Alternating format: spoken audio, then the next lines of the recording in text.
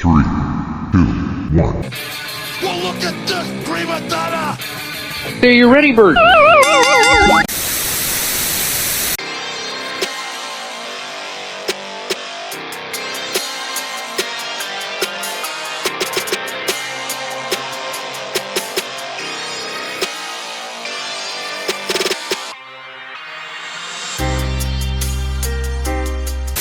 Welcome back to the Bridging the Gap podcast. I'm your host, Reice Randles, and with us today, our special guest, ladies and gentlemen, Austin Arbogast. Hello. Probably butchered that, but I'm glad you're here. No, you said it perfect. Thanks. Did I fuck? Hard. I'm hoping the fucking guy. You think I would have it down to a science? Yeah. Not a chance. It's nice that not everyone makes as much of an effort as some people do. Oh yeah. Well, I take a lot of pride in hosting. I really wanted to but I'm there to do it. I'm gonna do it. You know what I mean? Yeah, you want to make a good impression. For sure. Obviously, you're a comedian, though. Yeah, I Testify to that. well, I've been doing it for long enough that I should be better. I'm still here, and Topeka's the comedy scene's cooler or doing better now than it was when I started. And It is slowly growing. Yeah, Dan and Vicky have done a lot for it, and Sure. Steve Moser was the one who was running it with Vicky when I did my first mic there. And At the Bassett. no, it was actually at what is Cosmos Court now, Oh, okay. but it was called the Break Room then. And yep, I did my first mic at Waka Waka Wednesday, and Steve gave me an opening spot. I don't know, a couple months after that. Been lucky enough I'm still getting paid There you here go. and there for it. But Dan and Vicky, when Dan came on after Steve stepped down, and I also came on at that time. And so I was Dan and I were doing most of the booking and the actual running the shows, working the door, and Vicky was kind of the overseer. She's the one who started it all in 2011, I For think. sure. But yeah, so okay, I like to give them a lot of credit. I booked shows there with Dan and Vicky for about a year, and then I left in February of 2020. I remember walking out my last show saying, "Man, I'll probably never do a Top City show again." And then COVID happened the next month. What was the plan? Was it just to be done with comedy, or did you have something bigger in mind? Yeah, I thought I had a plan. That I kind of tend to limit I get too comfortable in one club or place, and I need to make more of an effort to branch out and go other places. So that's what I'm currently working on now. Yeah, you and me both. But What was the plan, though? Like, what was the main... You thought you're never going to play Top City again? Were you going to... well, just that was an exaggeration. Oh, okay. I was salty for a lot of reasons that mostly had to do with me. Okay. But I like to blame other people.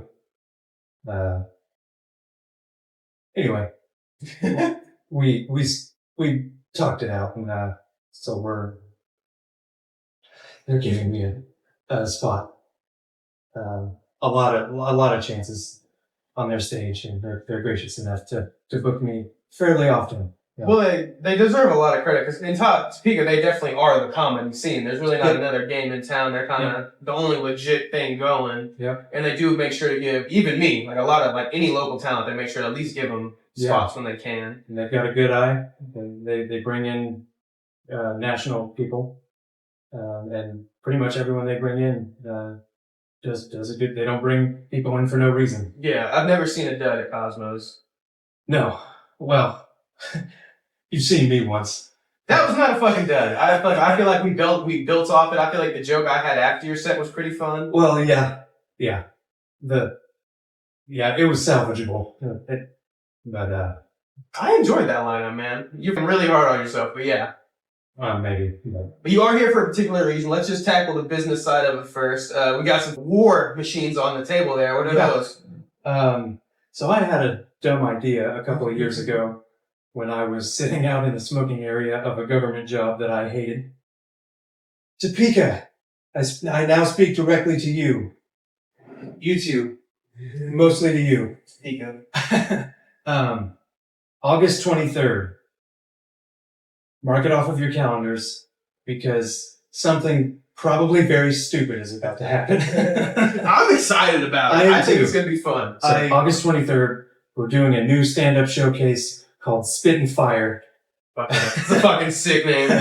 And it's basically going to be Hot Ones with peppers on stage. So each and every one of the comedians will be eating a raw, whole chili pepper and suffering through their set trying to do stand-up comedy. Going to be hosting.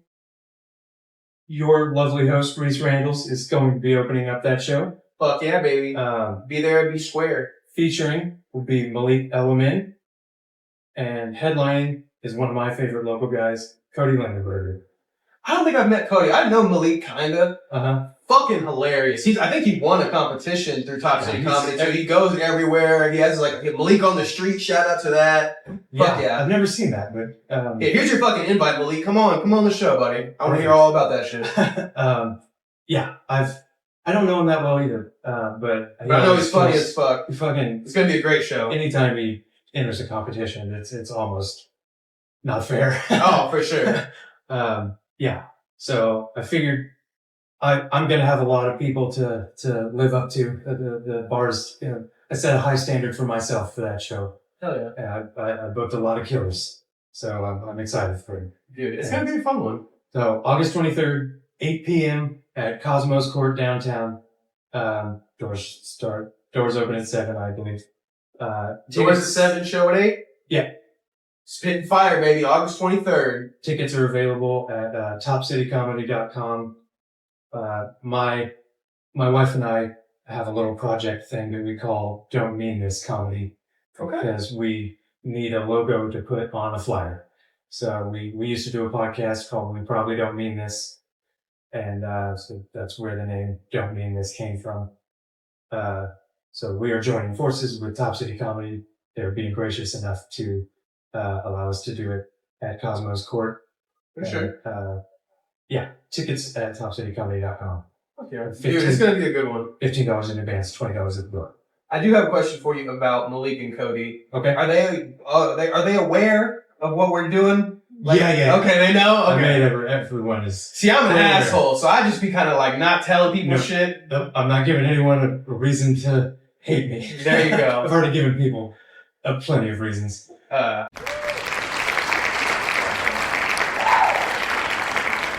But yes, for our first segment of the episode, just talk to me about your inspirations or roots in comedy. Well, I guess I like comedy because my dad is a big comedy fan. And him and my aunt, he and my aunt, I look at the wrong camera. They used to watch, stand up all the time. Who are they watching? Chappelle. Okay. Great taste off the bat. Yeah. He was a big fan of the Chappelle show. He denies it now for some reason. I don't know why. A lot of older whites are not on Chappelle's team anymore. It switched up quick. I don't know what happened. Yeah, maybe it's because he's a country singer. And, but yeah, he watched, I remember he watched a lot of Chappelle show specifically. You're welcome. And that was my dad. He's going to be watching. We love a good shout out. And I love a good view. So we'll take it. And George Carlin. Hell yeah. Was my favorite special of all time is Complaints and Grievances. He just bitches about people he doesn't like. Yeah. And that was kind of Carlin's thing there toward the end. Uh-huh. And so, yeah. George Carlin is my goat, I guess. Okay. And Chappelle. And then Mitch Hedberg, a girl I dated in high school, got me into Mitch Hedberg. And it was the first album I ever bought. And then I watched Comedy Central. It was basically Nickelodeon, MTV, or Comedy Central growing up. For sure. I watched a lot of Comedy Central presents, and Yeah, and then so I guess top 5. I don't know. Big J's probably in there. Okay. He He doesn't get a lot of credit. I really do think he's a good comic. He's great. Definitely one of the best dirty comics in the world at the moment. Yeah, and it's He's so because creative. it's because he helps. He kind of forces you to see it at his point of view, while not being in your face. And he sits down. He knows he's a big dude. Dude, the bit about him and another one of his friends holding up a different friend of his with a giant cock and fucking this whore in like an attic, I was like, this is just the pinnacle of writing. It was beautiful. I loved it, Jay. But yeah, go ahead. Louis was a big one for me. Wait, who's after Louis? So what's that? Carlin, Louis, Mitch Hedberg, Big J, Joe DeRosa. I do not know who Joe DeRosa is. Really? I didn't know who fucking Sam Kinison was either. Yeah, he's great and all that. I got compared to him very early on. How? You yelling? I don't know. I suck on occasion. I did some edgier bits at first. I had some rough bombs there, I won't lie. There was a... Sorry. Go ahead. Well, no. There was a George Floyd joke.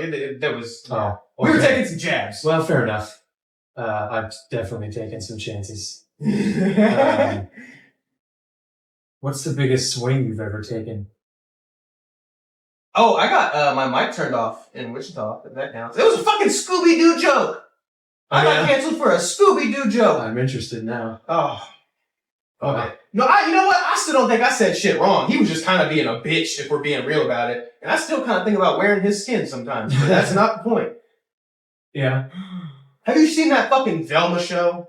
Nah. Oh, you shouldn't. First of all, it's the worst thing to ever. It's AIDS. Who was that? Was that Mindy Kaling? Yes, and I hope she gets hit by a fucking bus.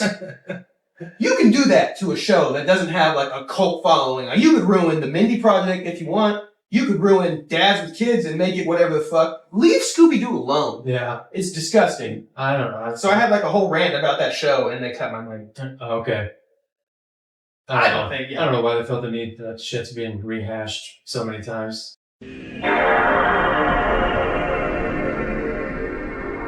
Digestible. Yeah, I need to be more willing to budge on. You don't have to say the word 10 fucking times. Yeah. Like I have done in the past. You don't even necessarily have to say the word at all. Very true. To address whatever topic you want to address. There's a way of addressing it. And maybe not in a TV clean, in a way that'll be acceptable for fucking, NBC or whatever, but because some subjects, for whatever reason, executives and stuff just don't seem willing to want to touch. I think it's all about just picking the right angle. Cause like I have definitely I would describe it as dickhead humor for me. But cause I want to talk about everything and I usually do. But I feel like, especially for the R word one, I think that was my best example of like learning from my mistakes and trying to take a different angle to make it more digestible. Cause at the end of the day, I am trying to entertain people. Like it's not about, I'm not up there for me. You know what I mean? Yeah. I'm definitely up there for me. I don't think that's completely true. Like you want to make a career of it. Yeah, sure. Or not. I don't know. I'm not putting words in. No. There is a selfish thing. Was the joke, but yeah. Even if you're looking at it purely selfishly, doing it for just yourself, you gotta fucking work. Very true. The only way to do that is to be able to be digestible. That was a good word. And that's what I'm trying to figure out now. John Sheezer in Kansas City has a good showcase running. I think it's once a month at the Hillsider. And I don't know if he has a special name for it, but I need to get in contact. I actually opened for him at Cosmo the time before, so it was actually that same show with the guys from Quick Draw. I don't know if we accidentally missed that part of like that got cut. Yeah. Because of the time or whatever. But shout out Quick Draw Comedy in Omaha. Yeah, they're doing cool stuff. So yeah, I just need to reach out to. It's not hard to see. Once you kind of figure out who people are in whatever scene you're in. Yeah, it's not hard to see who's doing the work and who's doing good shit. Spencer Gordman is going to be if he wants to be, he'll be famous. Okay. Where is he out of? Lawrence, I think. Oh wow, okay. Might be Kansas. He's told me before. Sorry, Spencer. I think he lives in Lawrence now, but he works. He's fucking working. He works every weekend around the country. Okay. He's really putting the work in. So if that's the stage I'm really trying to get to, is really just the doing the work phase. Yeah, I don't know that I have advice for. Well, I guess I could give you advice on how to do it as a hobby, but I don't really want to. Definitely not exactly what I'm trying to do. Yeah. That's really been my goal with everything, like just traveling more and getting out there more. Is like, I feel like, because like I played college football, and not at a very high level, but I'm 5'9". It's kind of stupid that I even was able to get 2 scholarships, not like just one alone. Yeah. But like, I feel like if I can will myself into that situation, I can will myself into a career in comedy. And that's really the point I'm trying to get to with it. It's like, once I know how to like get myself recruited, I guess is the way I phrase it in my head. Mm-hmm. But I feel like I've done that before, so I'll be more willing to like just attack it and shoot my shot, I guess. Well, we were both raised by entertainers. Yes, very true. I don't know how much you want to talk about what your dad does. I was going to give it its own segment, but dive into that, man. Yes, we have that in common. We both come from entertainers. How do you think that shaped your perspective? Well, my dad taught me a lot of life lessons. Obviously, my mom really kind of wasn't in the picture for me when I was a kid. A deadbeat mom. But whatever, she was doing her living her best life. Yeah, hot girl summer. She's doing her thing. And looking back, I guess whenever he would teach me a life lesson, he would use. It's hard to think of a specific example, but he would kind of be teaching me about entertainment. He's a country singer. Yeah, for the viewer. For the viewer. I love that. I'm stealing that for sure. I need to start doing that. Like for the viewer, yeah. This is what the fuck I mean.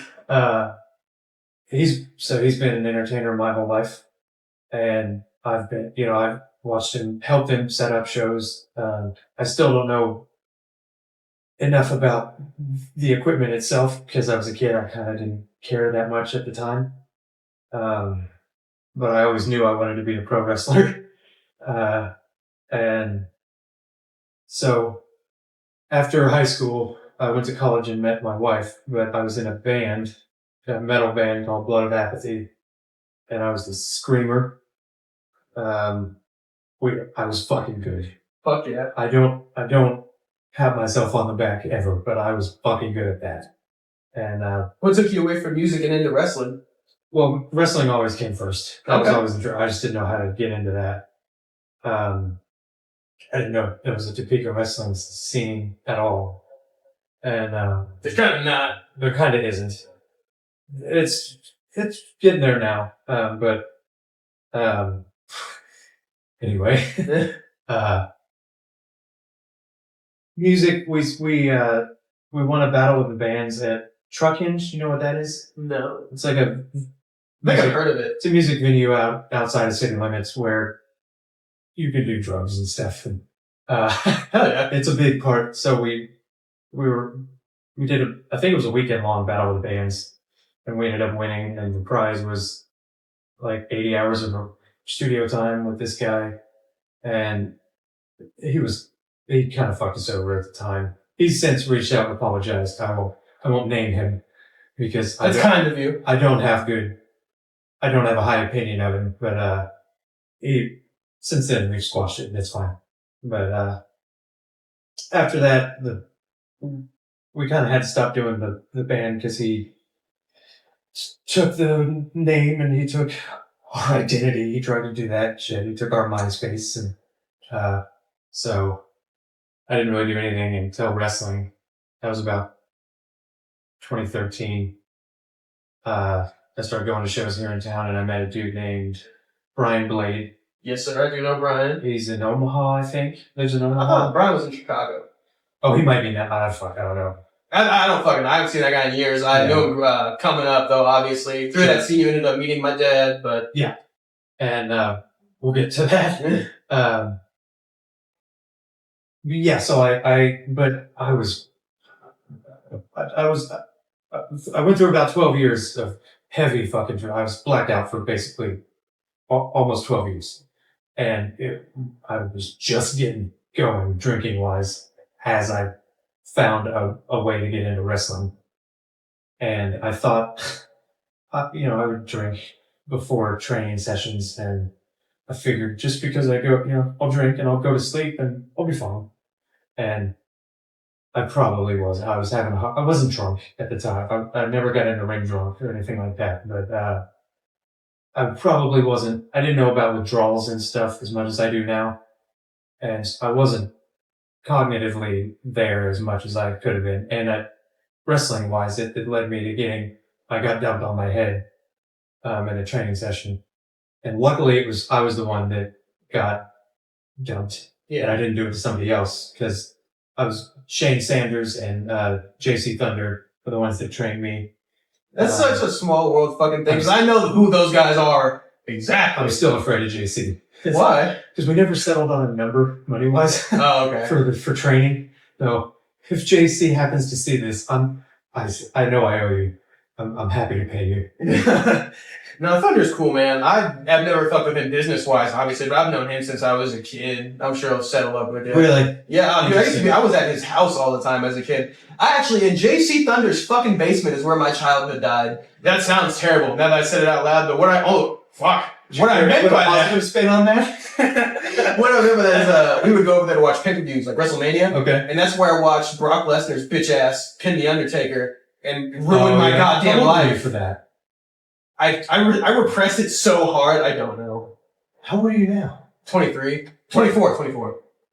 Fuck. What year was that? It was definitely the tail end of my childhood. After that happened, I was like, we can go home. I still don't remember who the main event was. Yeah. God, fuck that day. I was jaded on wrestling at that point. I didn't watch wrestling for years after that. I won't even lie. I don't know if so I trained for about 6 months. Were you training at Thunder's house in that ring in the front yard? In his front yard.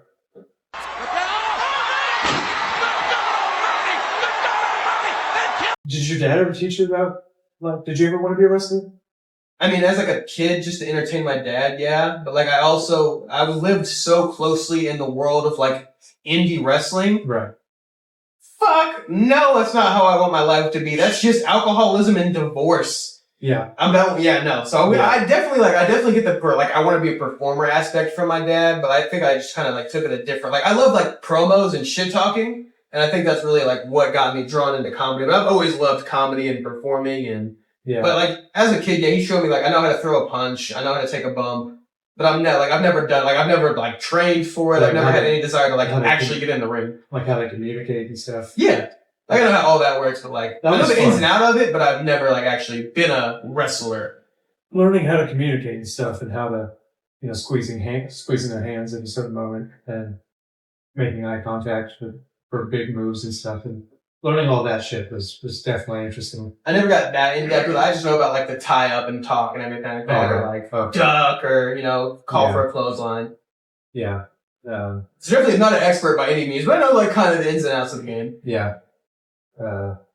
It was fucking crazy when I found out who your dad was. That was fun. Did you find out at that show? Yeah, dude. So, that night, was that a segment that you had planned talking about that night? It was just, our dads being entertainers and building to this, so. So, you've never met my dad yet. No. But, I knew your dad, because when you start training as a wrestler, a lot of times, just like in comedy, you start as a host and then opener, feature, and you work up to a headliner. In wrestling, at least my understanding is, kind of start out refereeing, so you learn how to work a crowd and, Well, referee is definitely a big part of the performance too. Yeah. Like they have a role to play. Yeah, learn how to act, the acting side or whatever. For sure. I mean, it's a really physical theater performance in a way. Yeah. So I refereed some shows, and we did one. Dude, I almost didn't show up because I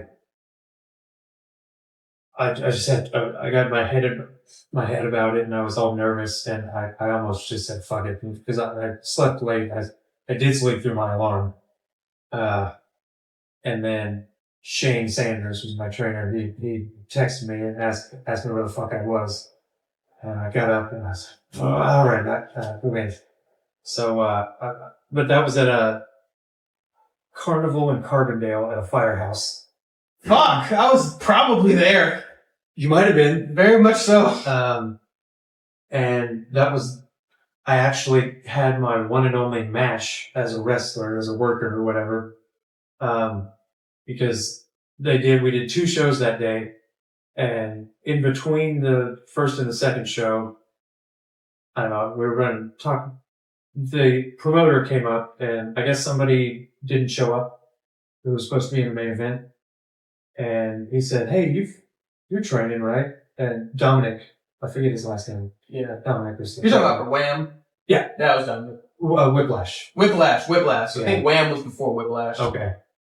God, the indie wrestling lore we're getting into right now. Go ahead. He was like, you can bump, right? And I said, yeah. And he goes, you take a clothesline? And I kind of lied, and I said, yeah. And he goes, all right, so you're going to be in the main event, if you want to be. It's a 5-on-5 elimination tag, Survivor Series style, where for anyone who doesn't know, it's a 5-on-5 tag match, and when one member of the tag team is pinned, they leave, and the match keeps going until it's down to 1. Basically, it's the last minute standing style match, and so they did it where I was set up I was supposed to ref that match, and then they played the guy's music, and he didn't come out. So Dominic, who was also in the match, pointed at me, and he pulled my ref shirt off, and it was like forcing the ref to be in the match. Okay. And so, but when he pulled my shirt off and turned me, as I turned, I got hit from a clothesline, from a guy named Monster Chaos, who was a legitimate 7-foot tall former Marine. Come on, Tom. Huh? Come on, Tommy. I think that might be his name. Yeah. He had a mohawk, and he wore like white contacts. I don't know. I haven't seen his gimmick in a long time. He scared the fucking shit out of me. Yeah, he's a big motherfucker. But he took care of me. He was super nice because we ran through the clothesline a couple of times before the show, and just to make sure I had it. And the first time, I had heard so many stories about old timers breaking in new guys and stuff that I was ready for him to take my head off the clothesline, but he barely touched me, man, and it looked good, and so yeah, he was really professional. And for sure. Really took care of me, but yeah. It's funny that that's the name you dropped. He was part of the clan that would always go up to like Chicago and shit with my dad. It was him, Angel Medina, and my dad. Man. And I went up there with him one time, and they just busted my dad's balls the whole time. It was just such a fun trip. He's a cool motherfucker. Angel Medina is ECW original, sort of. I think I'm saying his name wrong. The Tribal Warrior Angel is who I'm talking about. He was in his. Was Angel in fucking ECW? I don't know. I think so. There's no fucking way Angel was in ECW. I think he was built that way, at least at an OCW show. I think they built it. Well, shit, I've been saying that for a long time, so it's not that I'm wrong. They could just walk into the fucking locker room at local indie wrestling shows. You can meet whoever you want. But an old guy walked in, and he came up to your dad, whose gimmick was Tommy Snow, and his brother is Al Snow. And he came up to him, and he was like, he goes, is that true? Are you really related to Al Snow, and I heard your dad go, yeah, he's my brother. And for a fucking second, I went, wait, really? Oh, I almost asked him. No, Al Snow is not my uncle, unfortunately. Uncle Al, if you want to come be on the pod, though, we keep story going, big guy. Generational storyline. We could be the next Dom and Ray. What do you want to do? If your dad ever comes on, I'd like to be a guest. I'm holding off, but like we can definitely set it up. You want to do like a 3-man or something? I want to save them for later on. We're gonna. It's weird when it's your dad. True. Because I thought about asking my dad to come on our podcast that we did. Well, because like a lot of people only see him as like the entertainer side, but like it's my dad. You know what I mean? Like, yeah, we'll probably end up doing it eventually. But I don't know. It's hard to be funny in front of my dad. True. My dad also has like way better fucking stories than I will ever have, most likely. So it's kind of like, yeah, that's probably why I wanted to get into entertainment, because it just sounds like so much fun. True. And it is, I guess, but well, like the angle I was there's a lot of darkness. Yeah. Especially in indie wrestling. I don't know the music side, but I'm assuming it's all the music, comedy, right? That's all the same. For sure. But like the lens or the perspective I always drew from my dad was like, in my experience, he always had like his day job or whatever to take care of shit, but it was very clear what his passion was, and we just have different passions in my mind. Like, he loves wrestling. I'm a fan of it too, but my thing has always been comedy. Yeah. Wrestling came first. I think I was 7 or 8. So I started watching wrestling when NWO hit. Oh shit, what a time. What a time to jump in. Fucking great. And so I was WCW diehard. When Vince bought WCW, I stopped watching wrestling. Really? For a while. And then I came in, and Jeff Hardy was my favorite from then on. But I was Bill Goldberg, Vampiro, and it was basically those two guys, and then Jeff Hardy and CM Punk later. Yeah. I don't know that I really like wrestling either. Sometimes I fucking hate wrestling fans.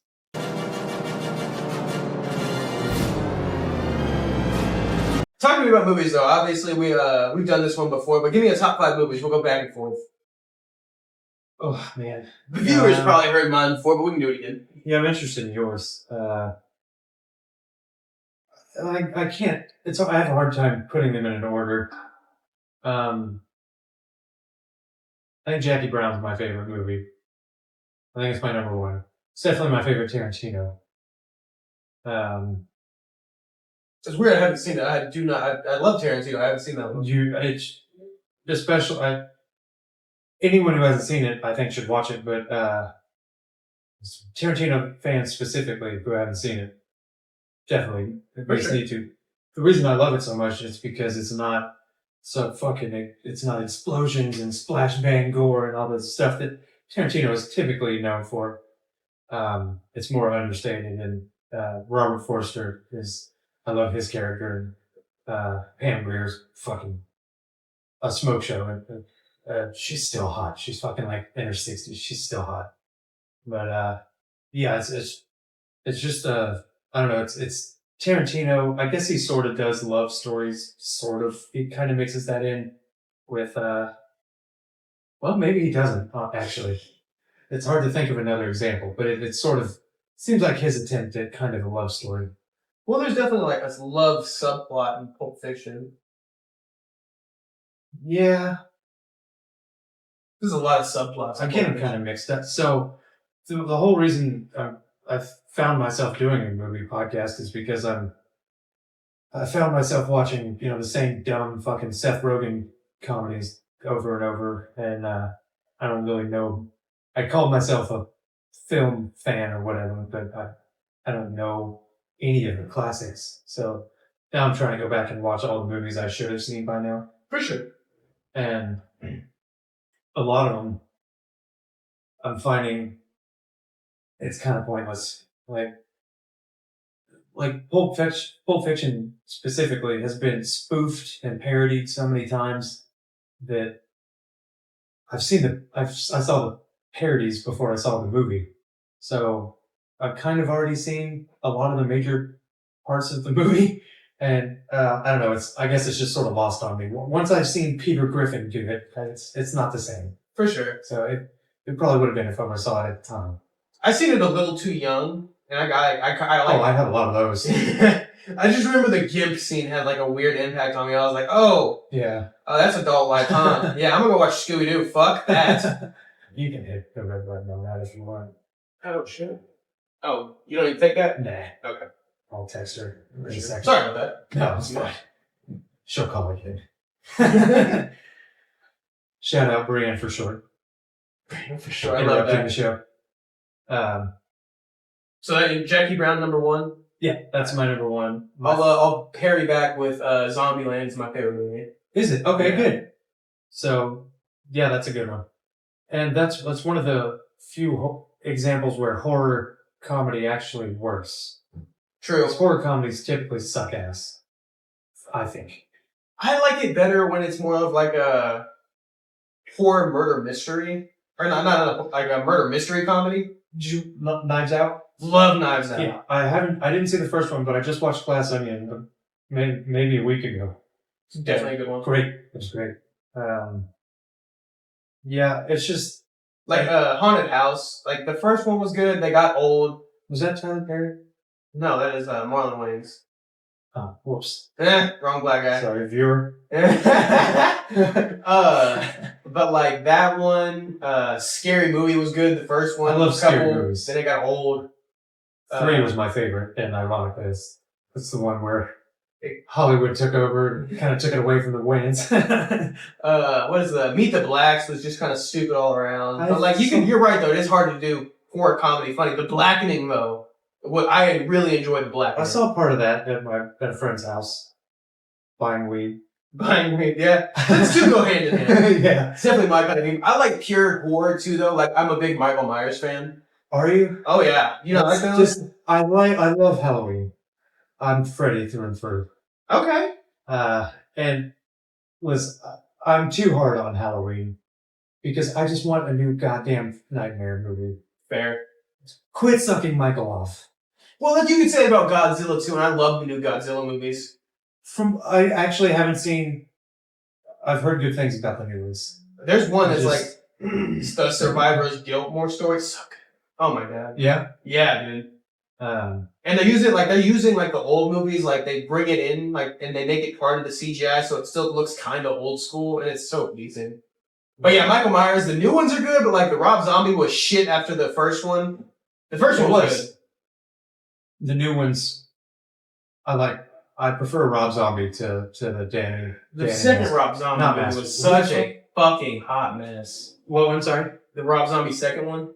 Yeah, it was really in your face, and you know. Bro, you hit a cow with a truck. Get the fuck out of here. It was trash, but it was better than the Evan. God damn it! Okay, who's Eastbound and Down? What's his name? Danny. I'm useless. Danny I'm sorry. Well, he directed it. Danny Masterson? No, that's the rapist from that '70s show. Oh, my bad, Rooster. Sorry, viewer. God damn it. Whatever. Red from Pineapple Express. Danny McBride! McBride, yes. He's the one directed those? He directed it, and his partner, Evan something. No, fucking that's Seth Rogen's partner. Whatever. I don't like when they do horror. The first one I thought was really good. The second one was pushing it. The third one was bad. Knocking the kid off the balcony, though, was pretty funny. Yeah, I don't know. I think I liked the third one. More of those three, I liked the third one the most. The kid that tried to make like the new Michael Myers like passing torch thing was fucking stupid. They fumbled the bag so hard. They could have done it better. Yeah. I think he just has such high standards when it comes to Halloween because Michael's so beloved. Yeah. Not beloved. Beloved's a weird word to use for a serial killer, but half of you cunts want to fuck Ted Bundy, so get off my nuts. Yeah. Flicking the bean while he's eating human beans and rice is kind of fucked up. Yeah. Probably has to be Planes, Trains, and Automobiles. Really old school. Yeah. Do you buy... No, I guess Chevy Chase isn't in that movie. That one's, Who the fuck is that? Steve Martin, John Candy. Steve Martin, John Candy. I kept trying to give the credits to the guys that were in Tommy Boy. Oh, I love both of those. Also through. Tommy and Black Sheep. Planes, Trains, and Automobiles. Tell me about it. It's just, well, I don't like Steve Martin. Because You watch your goddamn mouth. Because of, I guess, one of my other favorite, probably above Jackie Brown, is Little Shop of Horrors. Love that movie. You don't like him in that movie? I love him in that movie. Okay. That was the role that introduced me to Steve Martin. Okay. So after that, Peter Dentist. I wanted him to be I don't know, I like, he was funnier to me as a bad guy. He is the good guy. Not that fucking goofy banjo grandpa shit that he does. I didn't like that growing up. See, I knew him as Cheaper by the Dozen first. So it was almost more of like a change of pace when I found him in Little Shop of Horrors. And I really enjoyed it. My big. Hillary Duff was, I had a lot of pictures of Hillary Duff up on my wall. Yeah, John Candy. I don't know if you heard that sound, but that camera just died. So we're just on the wide now, but okay.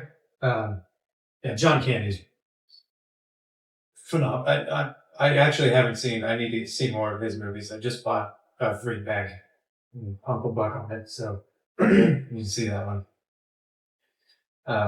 Yeah, I just kind of, I love musicals. And that's because I remember watching Little Shop of Horrors when I was 3. That's the only musical I like. Really? Yeah. I was in New York recently, mainly just for tourist shit. I didn't get on stage a teeny bit, but far and away, we were wanting to do a Broadway show, and I just couldn't pick one that I like actually wanted to see. I also thought Broadway was like an actual like theater, because I'm a fucking idiot. Like I thought it was like, we're going to Broadway. Like this is it's a street. Well, yeah, but it's a bunch of them. Yeah. And I'm a jackass. Was Book of Mormon running? No. Damn. It was this pickings were kind of slick. Yeah, that's what we saw. It was between like off Broadway, Little Shop of Horrors, or Wicked, and I decided to just save money. Like it was such an expensive city. Little Shop of Horrors would have been great. I bet. I've seen it twice. Sound like a deadhead. What do you mean? I follow around Little Shop of Horrors. I've seen it twice. No, I saw it at the Topeka Civic Theater, and I also saw Sweeney Todd there. Okay, and that was fucking awesome. Before the movie. You're talking about T-Back, right? No, the Civic Theater where Vicky Trimley does her plays and improv and stuff. Yeah. Okay. But T-Back, the one that just fucked Kim Kardashian, Pete Davidson's coming. Yes. Yeah. We'll pigeonhole later. I got some current events I can jot that one down. But yeah, just tell me about your vision. Like, what are you bringing to reality for your comedy dreams? Well, one of my biggest downfalls is I've never really had much of I've had, plenty of passions in the past, but I've never had much of vision or like foresight to it. I'm not good at applying myself, I guess. Organization and shit like that. Just fucking doing the work, honestly. I got pretty lazy with mics, and I'm still not putting as much work in as I should be, honestly. And I'm hoping this will kind of help motivate me. I don't know, man. I used to kind of treat it as a hobby, and that sort of started to feel disrespectful. And I guess there's nothing inherently wrong with it, but there's a lot of fucking people here that are trying to make it a career. Yeah. And I clearly wasn't at the time, and it showed. So I didn't want to do that. So I did kind of quit for about a year, maybe a little longer than that, actually. But so now I'm back, and I'm trying to do it the right way without booze and all that. Sure. Just taking it a little more serious this time around. Yeah, I'd like to actually make some goddamn money. I'm getting paid and stuff, when I can, but I'm just ready to do the work and fucking prove to a lot of people that I should be here at least. I feel that for sure, and I really think that like getting yourself out there and making things like putting things on the calendar like you're doing is all you really can do. Like the podcast and the podcast and everything I've been trying to do is really just it holds me accountable to the things I actually want to do with my life, and you don't get stuck in that rut of just, I have to go to the stage job, so that should be my focus. Yeah. Fuck that. I want to do this, so I'm going to make it as real as I can. Yeah. And this is a perfect way to get more attention for shows and stuff. For sure. I kind of felt like I pushed my way on here. Dude, no. You were always more than welcome to be a guest. I promise you that much. So I definitely wanted to have you on. I sent you a message for the viewer. I sent Reice a message on Instagram at like 4:30 in the morning. And I hope I didn't wake you up. I don't know if you have notifications set. No, it's actually like I work overnights, so like you just really? at like the perfect time. Yeah, so I had an idea to come on and plug the show here, and I typed the whole message out. I do that a lot. I type it out so I don't forget, and then I'll leave it up in the open tabs so I can send it the next day if it's too late, and then I just fucking hit send. But I was just kind of kicking myself for that. Dude, no, I was so fucking excited. Thank you for having me on. Thanks for coming, man. Like, it's so honestly, like, it pans out so good. You fit in here great, so. Well, good. And I've been it's like a pitch for me to ask people to be guests. Like, it's been going really well, but I've been like straight up ignored a couple times and it just hits. So you're the first person to like actually be like, hey, can I come on? And I was like, oh, yeah. Oh, cool. Well, good. Yeah, it's hard for me. It also to, helps that like I'm on the show you're promoting, so I also want it to go well. I figured it's kind of a no-brainer.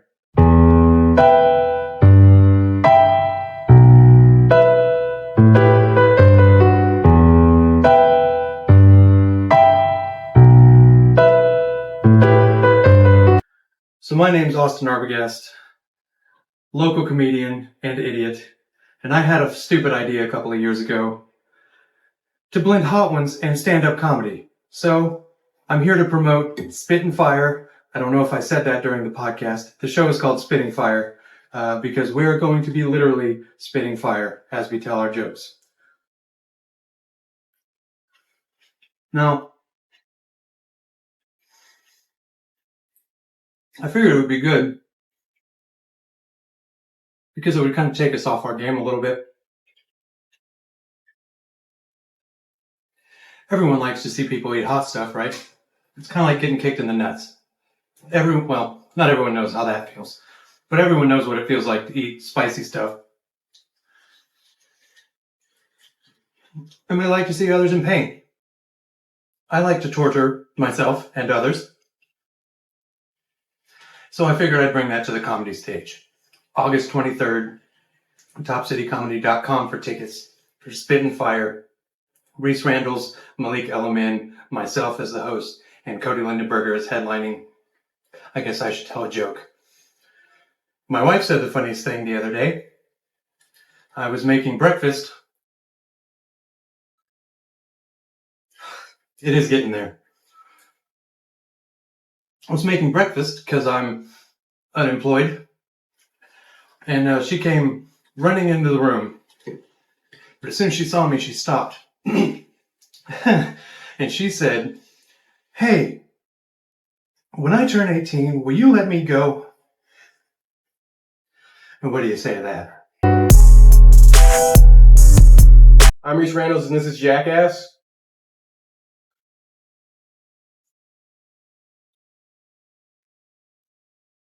This is a fucking stupid idea already. August 23rd, we're doing this thing called the Pepper Show. And I made a pepper hotter than this and try to do this again. And it's already not fucking going well.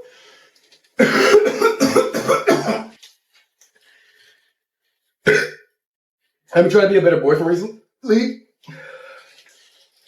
Fuck. Here's my New Year's resolution, actually.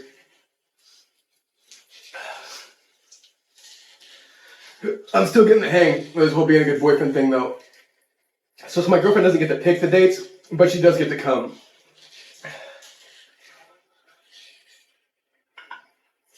I do find that after she comes, it really doesn't matter where I pick. She's having a pretty good time. Come see me die August 23rd.